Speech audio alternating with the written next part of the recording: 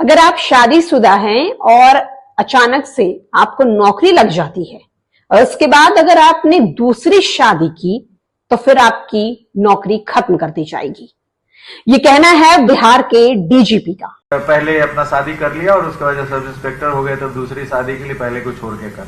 तो इस तरह के लोगों का सामाजिक रूप से प्रचंड बहिष्कार होना चाहिए और उनको सर्विस में तो नहीं रहने दिया जाए। तो हमारे एसपी साहब कल हमसे आर्गू कर रहे हैं, एसपी सीतामढ़ी ने सर लाइन क्लोज किए हैं, उसको तो तुरंत सस्पेंड करके, सस्पेंशन हुआ था लेकिन रिलीज करके और फिर लाइन में रखते हुए। तो हमारा सॉफ्ट एटीट्यूड नहीं होना चाहिए। कोई भी पुलिस पदाधिकारी हो, सरकारी पदाधिकारी हो, यदि इस प्रकार के हरकतों में शामिल हैं तो उनके साथ हम लोग एकदम हार्शली डील करें, कठोर से कठोर दृष्टिकोण अपनाएं और उनको सेवा में तो नहीं रहना। ऐसे लोग no place for such officers in our police force और इन आवर गवर्नमेंट सर्विस।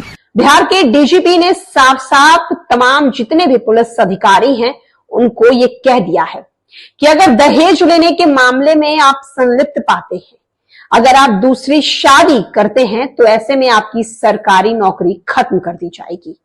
साथ ही साथ उन्होंने कह दिया है कि बिहार में जो बढ़ रहे अपराध हैं, खास करके महिलाओं की सुरक्षा को लेकर आपको और भी ज्यादा सचेत रहने की जरूरत है। ये वर्दी आपको सिर्फ वेतन लेने के लिए नहीं मिली है, ये वर्दी आपको इसलिए दी गई है ताकि आप बिहार की आम जनता की रक्षा कर सके, उनके सुरक्षा कवच बनकर उनके सामने खड़े रह सके। बिहार के डीजीपी ने ये कड़े संदेश अपने तमाम अधिकारियों को दे दिया है। ये संदेश से साफ साफ समझ में आ रहा है कि बिहार पुलिस में जो एक ढिलाई देखने को मिल रही है इन दिनों, वो कहीं ना कहीं अब सरकार के ऊपर भी लागू होता हुआ नजर आ रहा था। सरकार अब फुल एक्शन मोड में नजर आ रही है।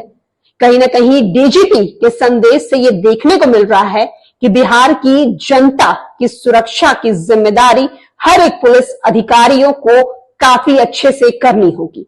अगर वो ऐसा नहीं करते हैं तो फिर उन पर ही एक बड़ा एक्शन लिया जाएगा। अब आप क्या कहना चाहेंगे बिहार के डीजीपी के इस नए संदेश या फिर कहा जाए ये अल्टीमेटम को लेकर? हमारे कमेंट बॉक्स में जरूर बताएं।